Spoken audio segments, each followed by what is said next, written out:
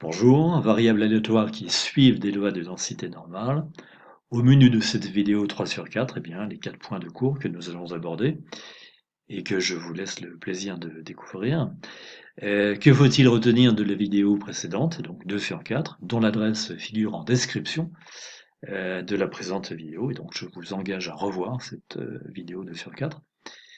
Eh bien, c'est que pour tout réel mu et tout réel sigma, sigma positif, la courbe C de G, représentant la loi normale G de paramètres mu et sigma carré, courbe dite de Gauss ou de Laplace-Gauss, est en forme de cloche. Ses caractéristiques principales, eh bien d'abord son sommet, ensuite son axe de symétrie, ses deux points d'inflexion et finalement cette convention.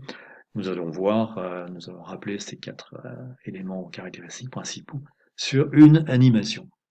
Voici cette fameuse courbe en cloche, en rouge donc sur le dessin.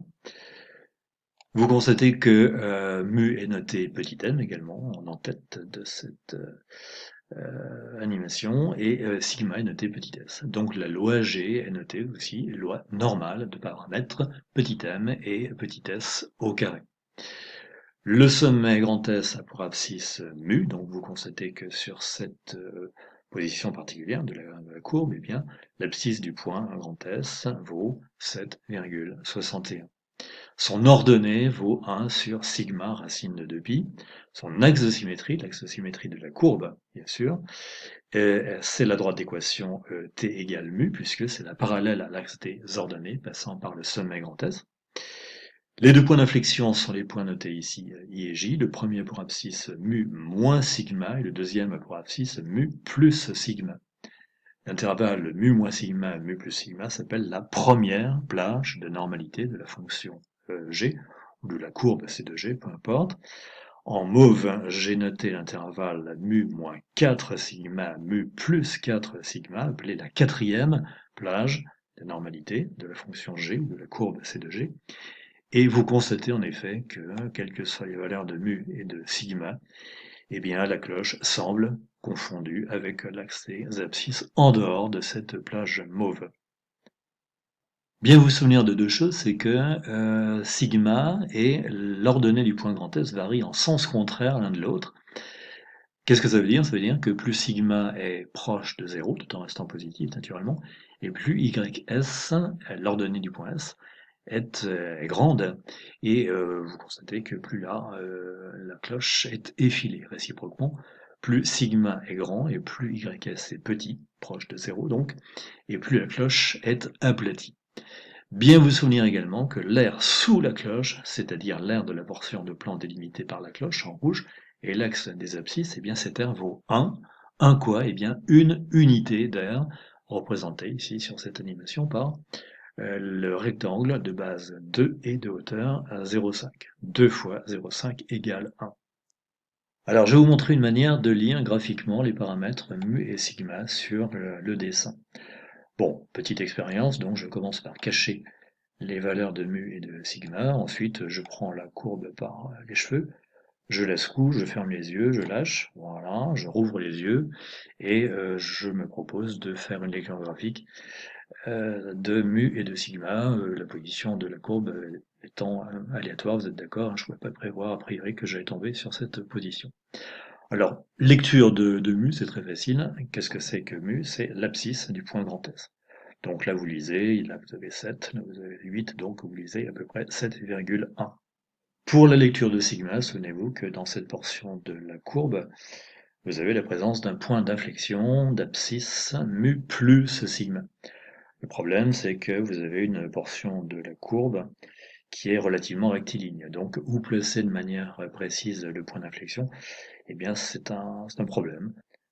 Alors, je vous propose une petite astuce, c'est de placer un point X sur la courbe, où manifestement la courbe cesse d'être concave, c'est-à-dire tournée vers le bas. Et puis vous placez un point Y sur la courbe toujours, où manifestement la courbe recommence à être convexe, c'est-à-dire tournée vers le haut. Et vous constatez que l'arc de courbe XY est effectivement relativement rectiligne. Où placer le point d'inflexion présumé? Eh bien, il est naturel de le placer au milieu du segment XY, ce que je fais. Bien, et qu'est-ce que vous lisez pour abscisse de ce point J? Je vous le rappelle, c'est mu plus sigma, vous lisez, là vous avez 8, là vous avez 9, vous lisez grosso modo 8,25. Donc pour avoir sigma, eh bien, vous faites la différence entre mu plus sigma et mu, c'est-à-dire entre la différence entre 8,25 et 7,1. Vous trouvez grosso modo sigma égale 1,15. Bien. Alors nous allons regarder la solution. J'avais prévu 7,1, et bien c'est 7,11, donc je suis pas trop ridicule. Et puis j'avais prévu 1,15, résultat du logiciel 1,13, ce qui est pas mal non plus. Donc voilà une manière d'évaluer à la louche les valeurs des paramètres mu et sigma. Et puis vous en avez une autre, mais qui n'est pas purement graphique, c'est d'évaluer l'ordonnée du point grand S. Ici, donc ici vous avez 0,3, là 0,4, donc grosso modo YS vaut 0,36. Et vous savez que YS, donc l'ordonnée du point grand S, c'est 1 sur sigma racine de 2pi. Donc sigma, c'est 1 sur YS racine de 2pi. Donc là, bah, écoutez, vous prenez vos machines, moi, je prends Excel et je vais taper donc égal, puisque c'est une formule Excel, 1 divisé par, donc on a dit 0,36, multiplié par racine, je tape en toutes lettres de 2 multiplié par pi.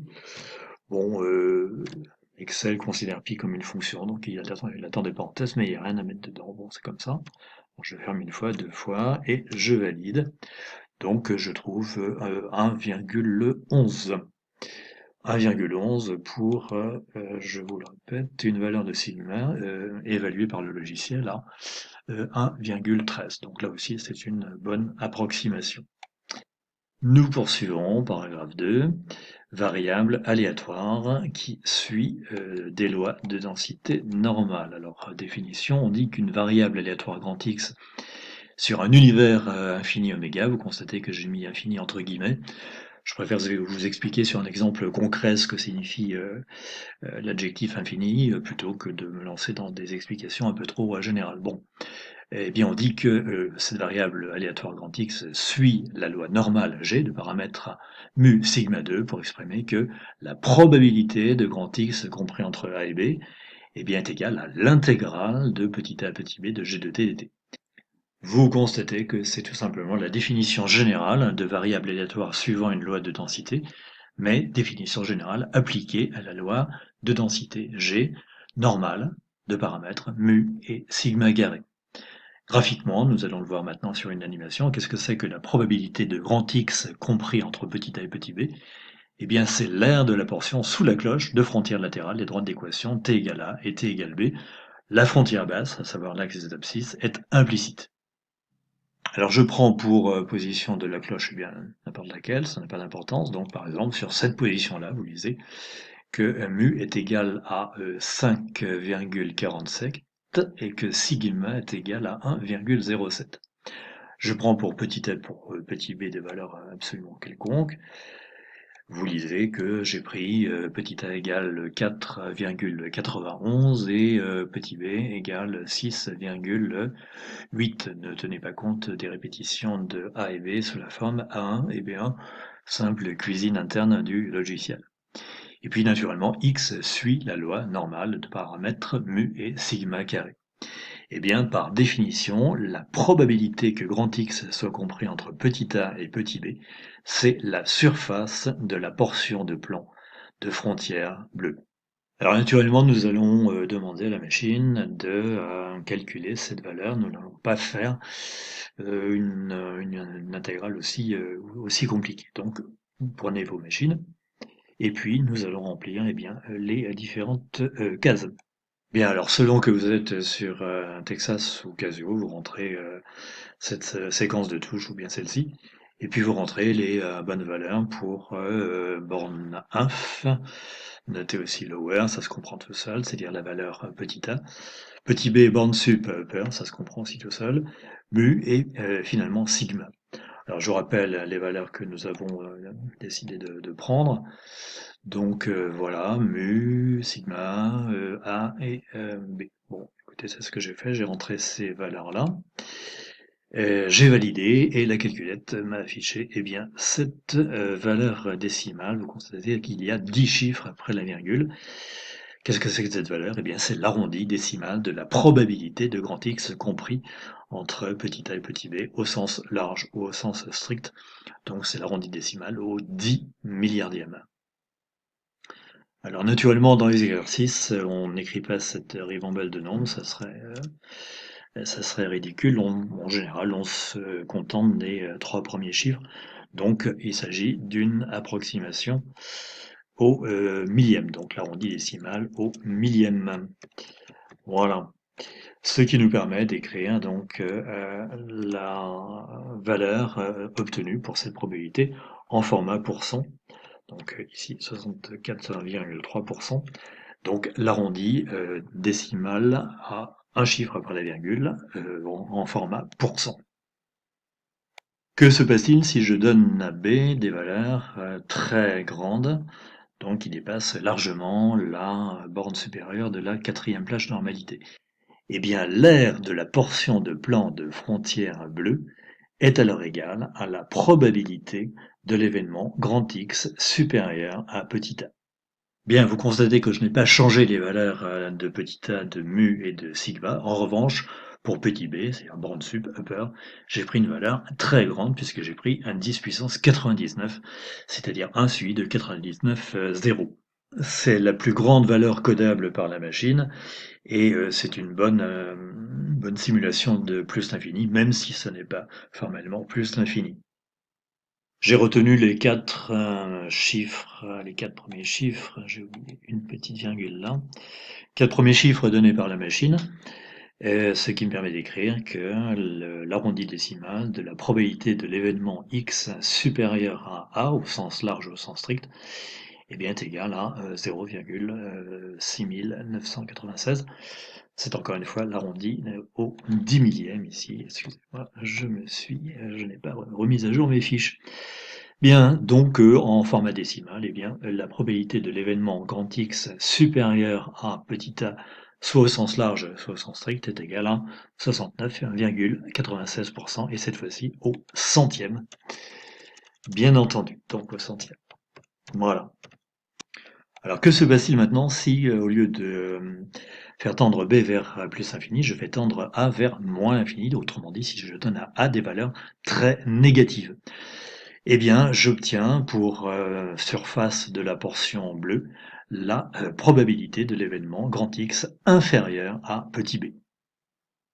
Vous constatez que je n'ai pas changé les valeurs de petit b, de mu et de sigma par rapport aux valeurs initiales que je m'étais données. En revanche, j'ai pris pour A la valeur moins 10 puissance 99, c'était une valeur extrêmement négative. La calculette affiche 0,893. C'est quoi? C'est tout simplement l'arrondi décimal au millième de la probabilité de l'événement grand X inférieur à petit b, au sens large ou au sens strict. En format décimal au dixième, ça vous donne 89,3%. Dernier point de cette vidéo, signification statistique ou probabiliste des paramètres mu et sigma. Si x suit la loi normale de paramètres mu et sigma 2, x a pour espérance mathématique mu, le premier paramètre de cette loi, x a pour variance sigma 2, le deuxième paramètre de cette loi, et conséquence immédiate du petit b, x a pour écart type sigma. Le résultat petit b est difficile et non intuitif, donc nous allons l'admettre. En revanche, vous allez voir sur la simulation qui vient que le résultat petit a est très intuitif. Les valeurs de petit a et petit b sont absolument quelconques. Donc en bleu, la probabilité que grand X soit compris entre A et B, et en vert, la probabilité que grand X soit compris entre B' et A'. A et A' sont symétriques par rapport à mu, B et B' sont symétriques par rapport à mu. Vous constatez qu'il est aussi probable que X soit compris entre A et B qu'entre B' et A'. Autrement dit, la valeur moyenne de la variable aléatoire grand X, c'est mu. Voilà, j'arrive au bout de mes 15 minutes fatidiques, donc à très bientôt pour la prochaine vidéo 4 sur 4.